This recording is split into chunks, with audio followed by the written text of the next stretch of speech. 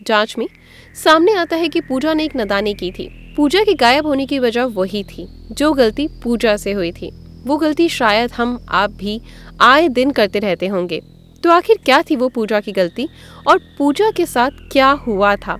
चलिए जानते हैं सब कुछ इस वीडियो में डिटेल के साथ। यकीन मानिए ये पूरी कहानी जानकर आप शॉक में रह जाएंगे। पूजा की इस कहानी से हमें अपनी लाइफ में एक लाइफ चेंजिंग सीख भी मिली है। वीडियो के आखिर तक जरूर बने रहिएगा। कहानी में आगे बढ़ने से पहले अगर आपको हमारे चैनल की ये स्टोरियां पसंद आती हैं, रियल स्टोरीज, तो हमारे चैनल को सब्सक्राइब करें, वीडियो को लाइक और शेयर करें, बेल आइकन को प्रेस करते टाइम ऑल पे क्लिक करें ताकि सारी वीडियो का नोटिफिकेशन सबसे पहले आपको मिल सके। जैसा कि हमने आपको बताया, ये कहानी पूजा सिंह डे नाम की एक महिला की है। पूजा कोलकाता की रहने वाली थी और अभी उसकी उम्र 32 साल थी। कुछ साल पहले तक पूजा बतौर मॉडल काम किया करती थी। बाद में उन्होंने इवेंट मैनेजर के रूप में काम करना शुरू कर दिया। पूजा की शादी 7 साल पहले हो चुकी थी और पूजा पति के साथ कोलकाता में ही रहा करती। 29 जुलाई 2019 को पूजा को काम के लिए बेंगलुरु जाना पड़ता। प्रोग्राम बेंगलोर के परपना एगारा नाम की जगह में एक होटल में होना था।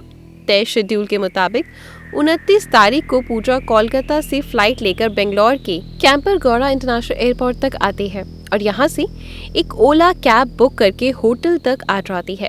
जब पूजा एयरपोर्ट से होटल जा रही थी तभी ओला ड्राइवर से पूजा की थोड़ी बातचीत भी होती है। इस दौरान ड्राइवर का बिहेवियर पूजा को काफी पसंद आता है और दोनों बात करते हुए होटल तक पहुंच जाते हैं। पूजा कार से उतर जाती है मगर होटल के अंदर जाने से पहले वो ड्राइवर को कहती है कि अगर पॉसिबल हो तो तुम मुझे 31 जुलाई 2019 को सुबह 4 बजे इस होटल से पिक कर लेना, क्योंकि सुबह ही मेरी बेंगलोर से कोलकाता के लिए फ्लाइट है। 1200 रुपये में बात तय हो जाती है। ड्राइवर भी हामी भर देता है और वहां से चला जाता है। अब तारीख आ जाती है 31 जुलाई 2019। सुबह के 4:45 पर पूजा अपने हस्बैंड को टेक्स्ट मैसेज के जरिए गुड नाइट कहती है और उसे बताती है कि मैं तय समय पर कोलकाता पहुंच जाऊंगी। पूजा के बताए शेड्यूल के मुताबिक ही पूजा का पति कोलकाता में पूजा का इंतजार करता रहता है मगर पूजा नहीं आती। यहाँ तक शाम हो जाती है मगर पूजा का कहीं भी अता पता नहीं चलता। पूजा का पति करीबी दोस्तों रिश्तेदारों को फोन करता है मगर कहीं से भी पूजा के बारे में कोई इन्फॉर्मेशन नहीं मिल पाती। पूजा के पास 2 मोबाइल फोन थे मगर दोनों ही मोबाइल फोन लगातार स्विच ऑफ आ रहे थे, इसलिए पूजा के परिवार वालों की चिंता और भी ज्यादा बढ़ गई। अब ये लोग पूजा की तलाश में लगे ही थे कि तभी पूजा के मोबाइल से एक मैसेज आता है। मैसेज में लिखा हुआ था कि I am in Hyderabad, some emergency, need cash. एक और मैसेज के जरिए पूजा के पति से अर्जेंटली 5 लाख रुपए की डिमांड की जाती है। इस मैसेज को देखकर वो तुरंत पूजा का फोन करने की कोशिश करते हैं मगर मोबाइल अभी भी स्विच ऑफ आ रहा था। थोड़ी देर के बाद उसके हस्बैंड दोबारा से उसको मैसेज करते हैं कि अगर तुम्हें पैसे चाहिए तो जल्द से जल्द मुझसे फोन पर बात करो। इस मैसेज का दूसरी तरफ से कोई जवाब नहीं आता और फिर मैसेज का सिलसिला भी बंद हो जाता है। पैसों की डिमांड वाले मैसेज से पूजा के पति अनहोनी की आशंका में घिर जाते हैं और वो भागते हुए कोलकाता के न्यू टाउन पुलिस स्टेशन में जाते हैं और पूजा की मिसिंग रिपोर्ट दर्ज करवाते हैं। इस दौरान वो पैसे की डिमांड वाले मैसेज का भी जिक्र करते हैं। कोलकाता पुलिस मिसिंग रिपोर्ट तो दर्ज कर लेती है मगर इस रिपोर्ट पर कार्रवाई नहीं की जाती। यहाँ तक कि कई दिन बीत जाते हैं मगर पुलिस की ओर से कोई भी अपडेट परिवार वालों को नहीं दिया जाता। इधर कोलकाता में पूजा के परिवार में अलग तरह की हलचल मची होती है और दूसरी तरफ बेंगलोर पुलिस एक अलग ही केस को सुलझाने में अपना पसीना बहा रही थी। वहां मामला ये था कि 31 जुलाई 2019 को कुछ स्थानीय लोग पुलिस वालों को कैंपरगौड़ा इंटरनेशनल एयरपोर्ट के कंपाउंड में पड़ी एक लाश के बारे में जानकारी देते हैं। जानकारी मिलते ही पुलिस की एक टीम मौके पर आती है और लाश की जांच पड़ताल शुरू कर देती है। कंपाउंड में मिला शव किसी महिला का था। हालांकि उसका चेहरा पहचानना नामुमकिन था क्योंकि चेहरे को इतनी बुरे तरीके से कुचल दिया गया था कि पूरा का पूरा हुलिया ही बदल चुका था। उस शव के पास एक भी ऐसा डॉक्यूमेंट नहीं था जिससे उसकी पहचान हो सके। लाश मिलने के बाद पुलिस इसकी पहचान करने के लिए शव के हुलिये की डिटेल्स भी सभी थानों में भिजवा देती है और अलग अलग थानों में दर्ज मिसिंग रिपोर्ट भी मंगवाई जाती है ताकि उन रिपोर्ट में डिटेल्स के आधार पर शायद इस शव की पहचान हो सके। मगर कहीं से भी उस शव की पहचान नहीं हो पाती और काफी इंतजार के बाद भी जब उस शव की पहचान नहीं होती तो पोस्टमार्टम के बाद कानूनी प्रक्रियाएं का पालन करते हुए पूरे सम्मान के साथ पुलिस की निगरानी में शव का अंतिम संस्कार कर दिया जाता है और इस शव के पास मिले सामान इकट्ठा कर लिए जाते हैं। इसके अलावा अंतिम संस्कार से पहले शव पर मौजूद टैटू की भी तस्वीरें ले ली जाती हैं। पुलिस ने शव का अंतिम संस्कार जरूर कर दिया था, मगर अभी भी पुलिस वालों की पूरी कोशिश थी कि कैसे भी उस महिला के परिवार वालों तक पहुंचा जाए। इसी कोशिश में एक जांच टीम बनाई जाती है और महिला के परिवार वालों का पता लगाने का सिलसिला शुरू होता है। सबसे पहले पुलिस उस महिला के शरीर पर मौजूद टैटू की मदद से उसकी पहचान की कोशिश करती है, मगर काफी कोशिशों के बावजूद पुलिस वालों को कामयाबी हाथ नहीं लगती। इसके बाद पुलिस कपड़ों के जरिए महिला की जांच करवाने की पहचानने की कोशिश करवाती है। दरअसल पुलिस महिला के शरीर से बरामद कपड़ों के ब्रांड का पता लगाती है और फिर उस ब्रांड आउटलेट पर जाकर देश भर में पिछले 2 साल में उस साइज के कपड़ों की खरीदारी करने वाले सभी कस्टमर की डिटेल्स निकलवाते हैं। ये काम आसान नहीं था। इसके बावजूद पुलिस कई दिनों तक इसी काम में लगी रहती है। इसी जांच के दौरान पुलिस को जानकारी मिलती है कि कुछ इस तरह के कपड़ों की खरीदारी कोलकाता में की गई है।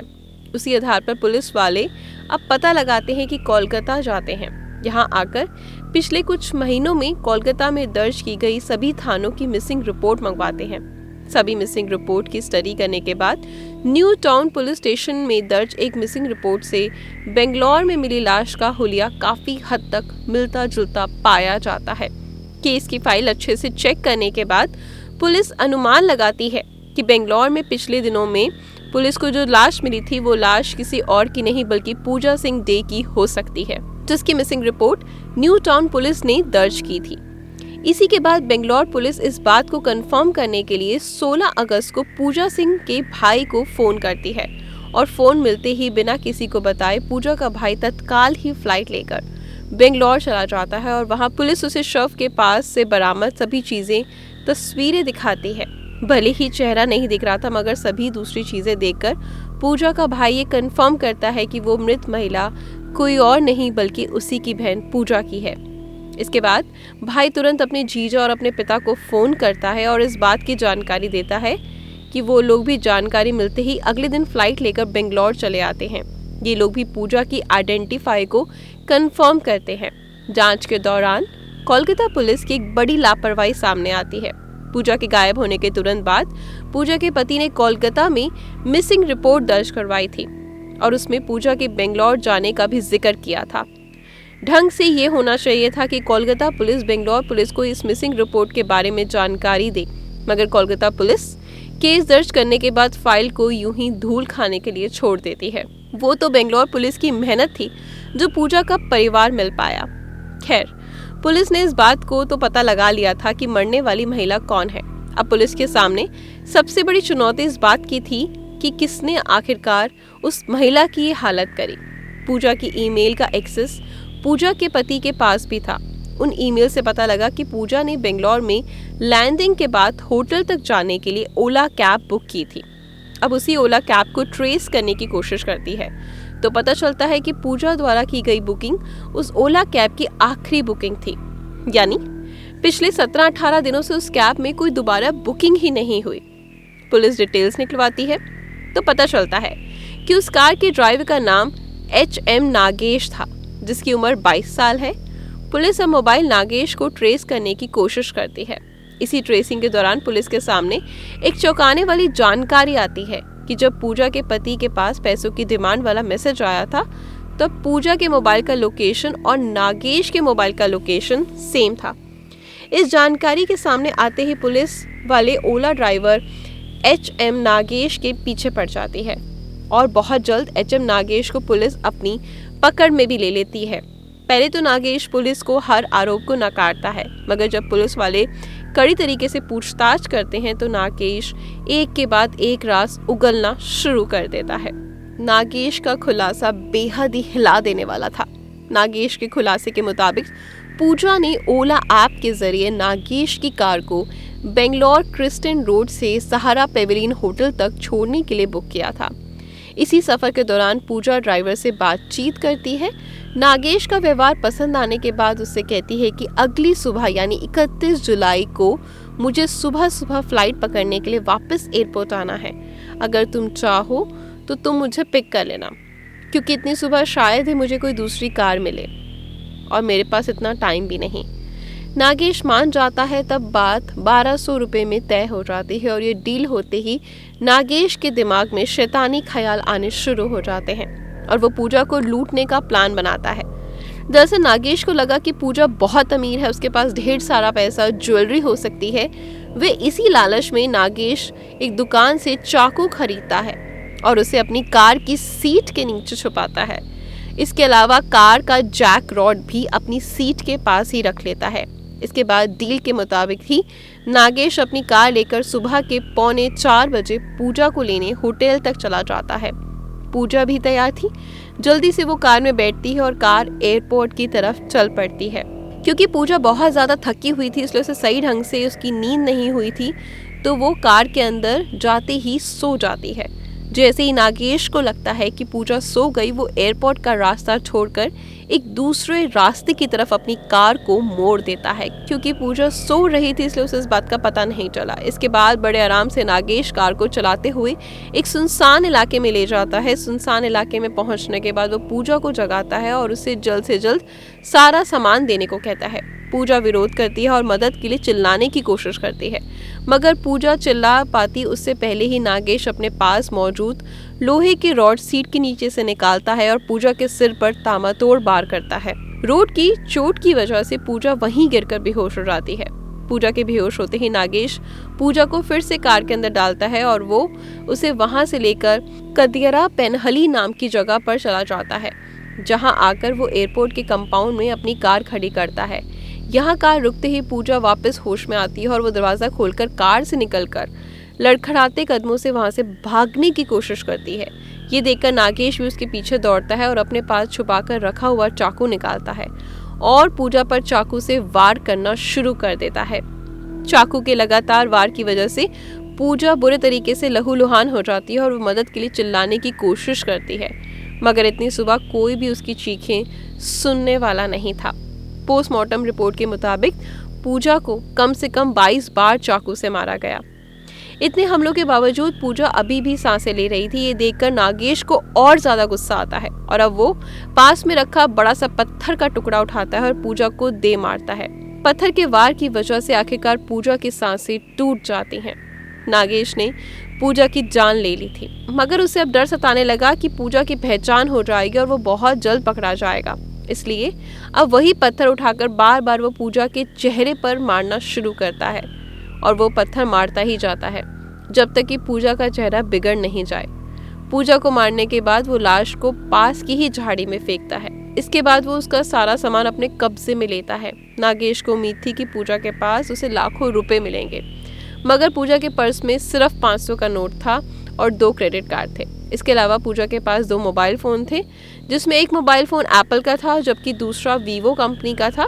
नागेश वो 500 रुपये दोनों मोबाइल लेकर चला जाता है और पास के मोबाइल शॉप पर जाकर वो किसी तरह वीवो मोबाइल का IMEI नंबर बदलवा लेता है ताकि उसकी चोरी पकड़ी ना जाए, जबकि आईफोन को किसी को सस्ते दामों में बेच देता है।